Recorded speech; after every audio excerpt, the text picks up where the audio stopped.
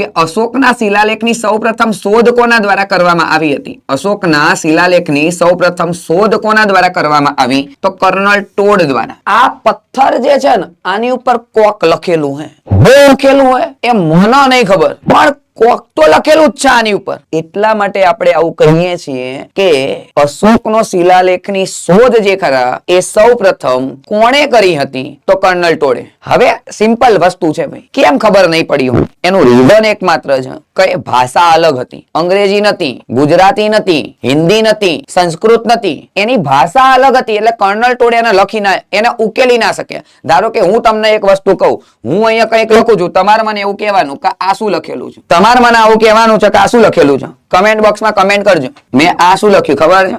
શુભ પ્રભાત.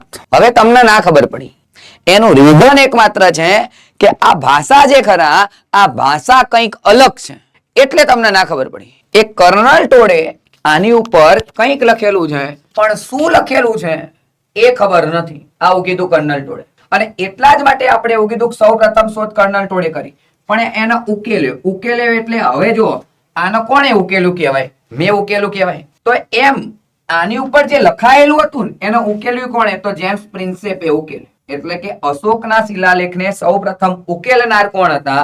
તો જેમ્સ પ્રિન્સેપ હતા. પણ જેમ્સ પ્રિન્સેપે તો અંગ્રેજી ભાષામાં લખ્યું ભાઈ. આમાંથી અંગ્રેજી આવું થાય, અત્યારે અંગ્રેજી ડખા થાય તો 1837 તો કેવા ડખા હશે અંગ્રેજીના? એટલે પછી આપણે કીધું કે આનું ગુજરાતી કરના, ગુજરાતી શું થાય? અને એટલા જ માટે ગુજરાતીમાં અનુવાદ કોના દ્વારા કરવામાં આવ્યું એનું? તો ભગવાનલાલ ઇન્દ્રજી દ્વારા કરવામાં આવ્યું. ગુજરાતીમાં અનુવાદ કોણે કર્યું? તો ભગવાનલાલ ઇન્દ્રજીએ કર્યું. અને તમે ત્યાં જાઓ તો અશોકનો ઉલ્લેખ પ્રિયદર્શી રાજા તરીકે છે. ભગવાન બુદ્ધનો જે ઉલ્લેખ છે એ સર્વલોક સુખાહર શ્વેત હસ્તી તરીકે છે.